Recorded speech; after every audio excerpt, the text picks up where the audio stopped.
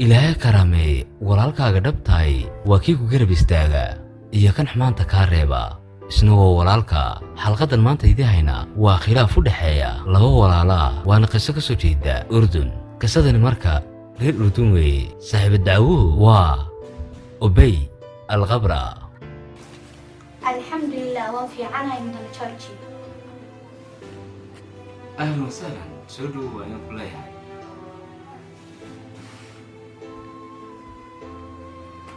أهلا وسهلا سودو أنا كلها هاي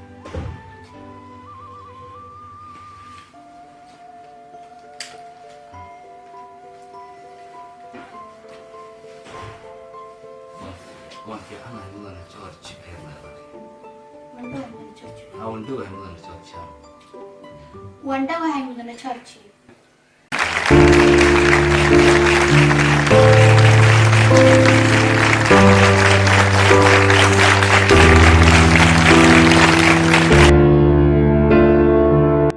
kusoo dhawaada barnaamijka Musaamax Kariim aad iyo aad baan idiga mahad celinaya sida wanaagsan oo la socotaan barnaamijkan Musaamax Kariim hore loo yiri saaxiibtinimadu waa shay ku qaaliya nolosha aadmiga saaxiibka wanaagsanina noloshaada saameyn weyn ayuu ku yeelanayaa ka xunna sidoo kale qisada maanta dii wado waxay ku saleysan tahay laba saaxiiba oo ka soo jeeda dalka Suudaan labadoodu waxay ka tirsanaayeen kooxaha hidde ee dhaqanka u ciyaara dalka Suudaan balse laakiin aan gudagali doonaa bal aan yeerno waxaan u yeedhinaa Rajaa Maxamed wala soo dhawaato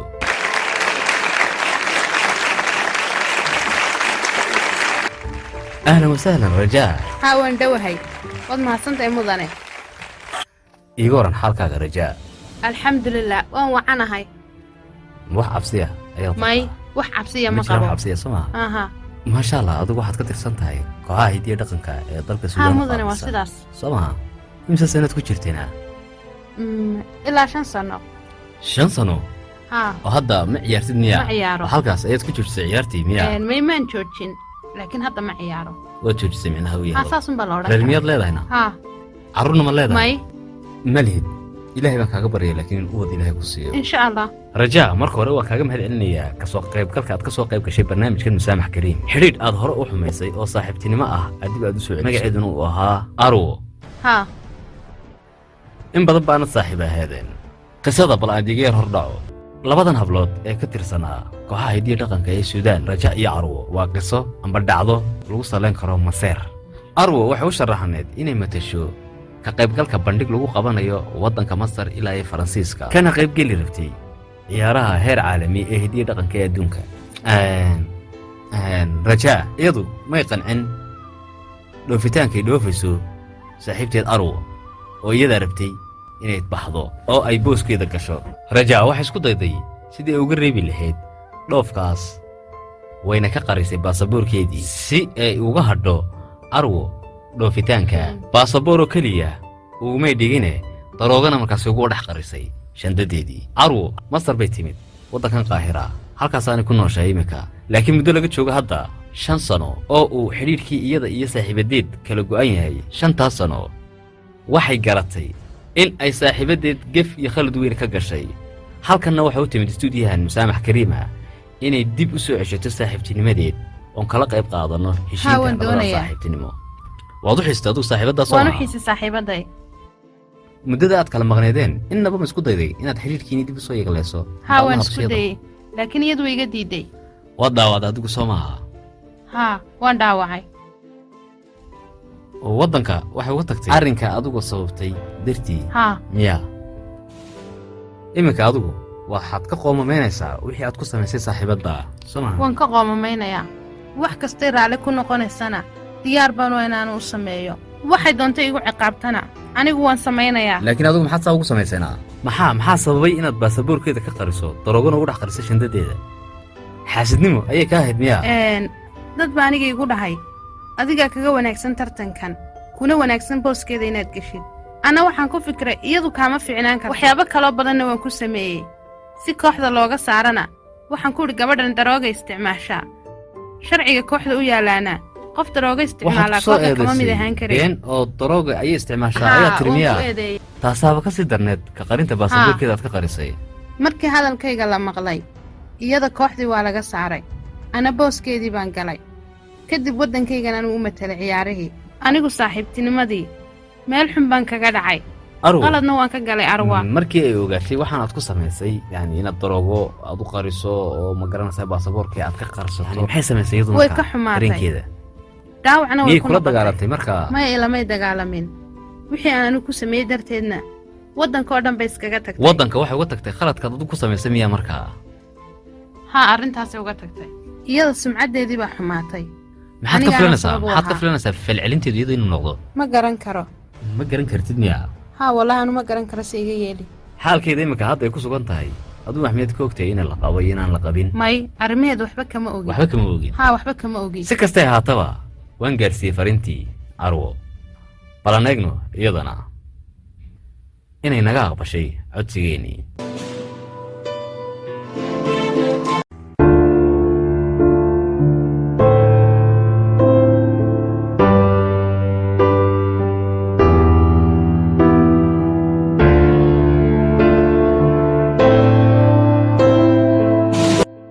sidaad la wada socotaanba qisadan horaad maqasheen oo rajaawatii inooga warantay sida waxu dhaceen halkanna waxa u timid inay xidhiirkii saaxiibtinimo dib u soo celiso iyadiyo arwo waxay ahaayeen asxaab aad isku kalsoon oo ay ka wada dhexayso saaxiibtinimo iyo shaqaba halkaana khilaaf iyo waxaa ka yimid xaasidnimo oo arwo iyo rajaa kala dhex maray rajaa waxay dhaawacday arwo oo xumaan bay u geysatay iyadoo sumcaddeeda dhaawacaysa si ay uga xaasiddo dhoofkay arwo ku dhoofayso ka qaybgalka ay ka qaybgelayso ciyaaraha heer caalami ee hidiya dhaqanka maantay timid 5 sano kadib oo uu xidhiidhkoogu kala go'naa balaan eegno carwo ma oggolaan doontaa raaligelinta ay bixinayso saaxiibaddeed rajaa balaan eegno carwo istuudiya ku jirtaa waanu yeedhaynaa carwo ha soo gudubta haddaba ahlan wasahlan carwo ii waran waan dhowahay mudane George iga waran axwaashaada iyo dhammaanba waa wacanahay mudane hay ka waran xaaladahaaga waddanka masar ka waran xaalkiisa adigu waxaad ka timid suudaan waxaad hadda ku nooshahay waddanka masar waad ku nooshahay oo reer miyaad leedahay haa reer waan lahaa laakiin si waan kala tagnay carruur miyaad waan leedahayna leeyahay. waa mise jirna haa waa 9 jir 9 sano ayuu jiraa maasha allah markii aad ka tirsaneed kooxda hidiya dhaqanka ee suudaan miyaad lahayd inanka haa u yaraa markaa waana lahaa reer hadda miyaad ciyaartaa mise waad ka disa ciyaarihii wallaahi 5 sano ka hor bay ciyaartaas iga istaagtay maxaa sababayna waxa sababay way adag tahay mudane way kugu adag tahay miyaa haa anugu halkan wanaagun baan kuugu yeedhay yeedhitaanka anugu ku yeedhay aniga ma ahayn balse laakiin qof baa jira la kulankaaga doonaya isagaana jeclaystay inaan stuudiyahan kuugu yeedho ma laga yaaba inaad ku fikirayso qofka kuu ma yeedhaya garanaya anigo ma jiraa qof aad niyadda ku hayso May. qof ku cisaynaya ku jecel kuna raba la kulankaaga si uu ku arko intaas kuma fikiraysid may ma jiro qof aan niyadda ku hayo mudan ma doonaysa inaad ogaato qofka kuu yeedhay haa waan doonaya beenaan leedaha shaashadda inoo eg haddaba oo taas eeg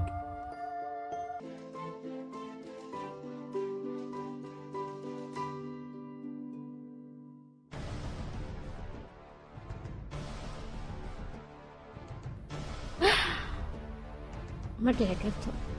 calaamo ku dhacdaydiiba ma rumaysan karo waxaana indhahaygu arkayaan anigu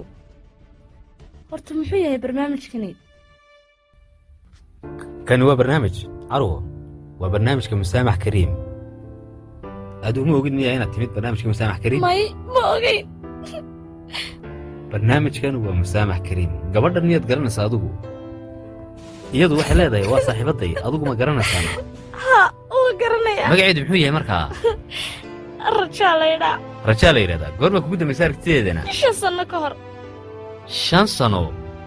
marna ma ku fikirtay 5 sano saaxiibadda ma ogaan karaa waxa iyadu meesha ka soo ha doontay anaa kuu sheegaya iyadu waxay igu kaa soo dhiibtay warqaddan ayay igu kaa soo dhiibtay waxayna ku leedahay oo ku qoran warqaddan dhegayso saaxiibaddayda qaaliga aheedee arwaay waan ogahay inaan anugu dhaawac weyn kuu geystay adiga waanan dareensanahay dhaawacaagu dhaawac aad u sarreeya inuu yahay laakiin aniguna maanta waan dhibaataysanahay oo dhibka iyo murugadaba waan kula qabaa sababtan adigu kuu geystay awgeed baana la murugaysanahay ma hadda igu noqotay aan noloshayda aan ilaawin wixii adiga aan kugu sameeyey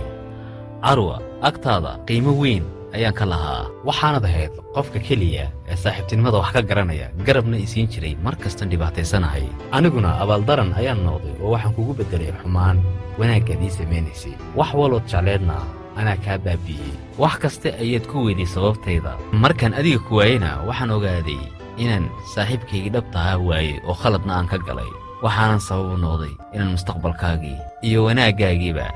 aan dhaawaco laakiin wax kastoo dhaca gadaal ayaa laga hagaajiyaa anna maanta waxaan diyaar u ahay wax kastoon kaa xumeeyey inaan dib kuugu soo wada hagaajiyo oon garabkaaga istaago wanaaggaagii iyo sumcaddaadiina aan dib kuula yegleeyo sidaa awgeed ayaan halkan u yimid inaan ka qirto malaayiinka dadka ee daawanaya hortooda khaladkii xumaa ayaan kaa galay adiga oonan kaa dalbado inaad i cafiso anigu maxaan ku saamaxaa naagtan ila hadal oo aniga soo eeg ii sheeg gabadhani maxay kugu samaysay waxay kugu samaysay ii sheeg si aan u fahmo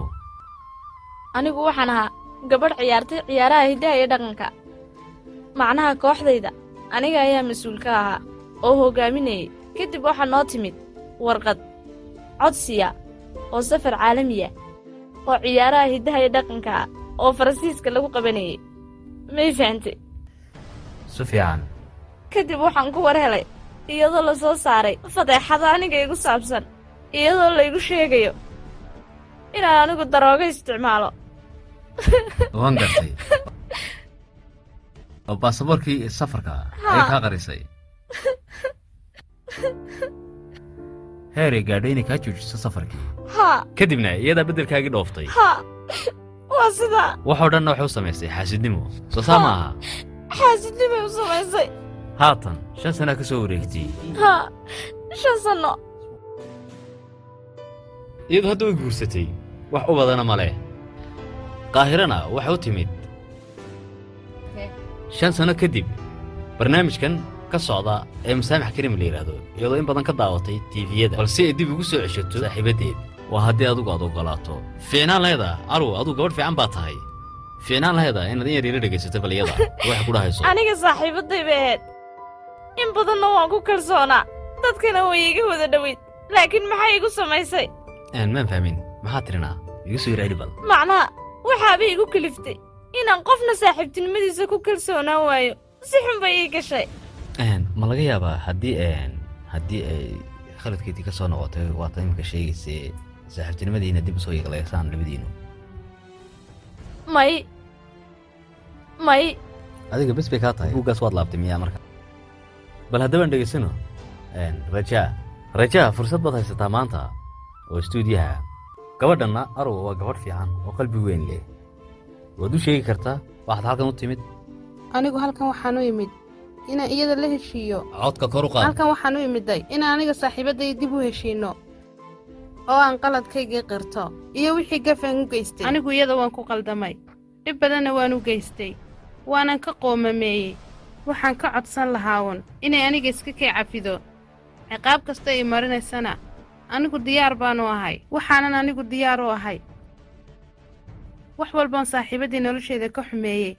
inaan dib ula hagaajiyo waxay doontaba ha noqotee anigu diyaar baanu ahay mana diiday wixii ay iga dalbatay iyadu weliba waad isla saxsan tahay na aniga sharafta iga dhimatay ma ii soo celin kartaa maytaa ma awoodo samcaddayda xataa ima soo celin kartid waan ka xumahay waxaas naaceebta innaga dhexdeenna kumay koobnayn suudaan oo dhan baad igu ceebaysay ummadda oo dhan dhexdoodaad igu ceebaysay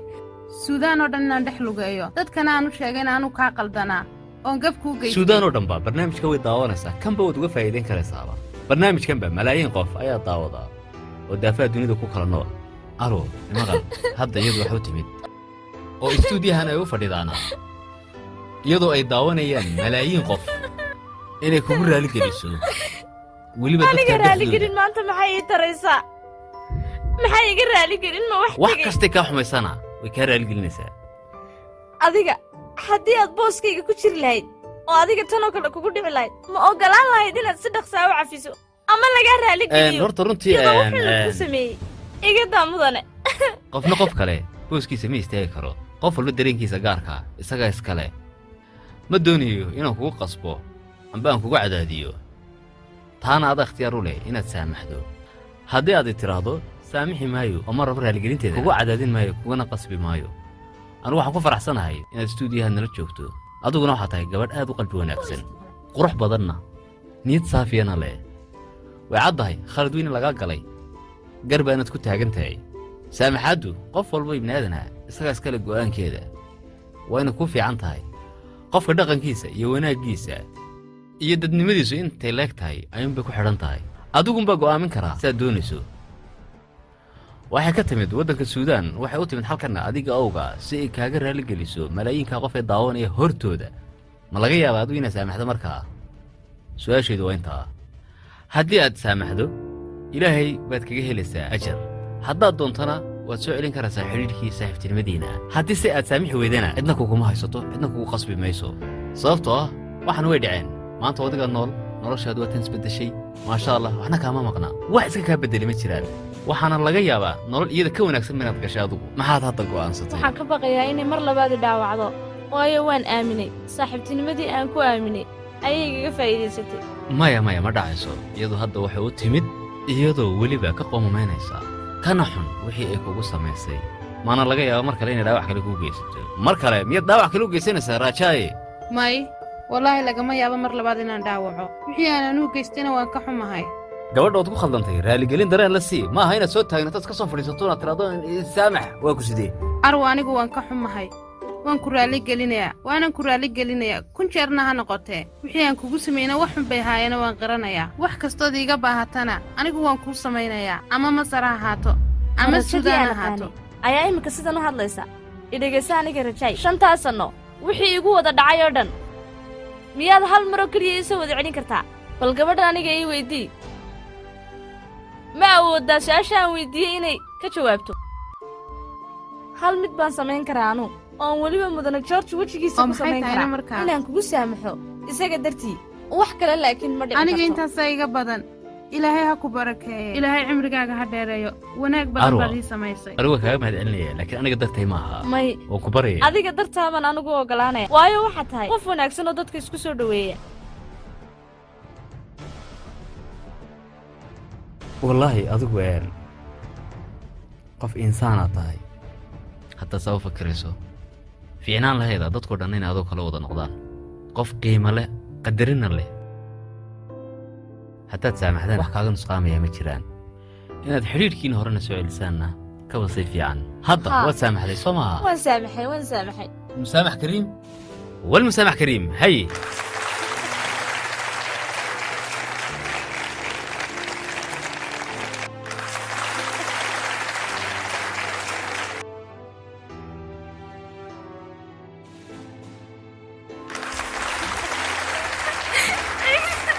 صاحب إذا رأى للنقاء وانكح مع صاحب بس صاحب ربنا يسنبتا كيفك يا عزي صاحب وانكح مع صاحب يا عزي ربنا يسنبتا أرو تعال حلقا تعال أدوقنا حلقا والله daawadayaasha dhamaanba aad u raaligeliseen wayna ku farxeen saas ku qaabasheen ka warama markaa bal ciyaarihiin hadda yar ku raaligelin lahaydeen ka warama zeedi la tahay laakiin anu arki maayo inaad ciyaaraysaanba ciyaartu waaba caadi laakiin anagu hadda waan waaweynaanay hilbana waan yeelanay hadda waan iska yara weynaanay in la sira dhuubo ma ciyaari karno hay la sira dhuubo baan tahay arwa aad baan kaaga mahadcelinayaa waad maasantay mudane waan ogahay adigu inaad tahay qof weyn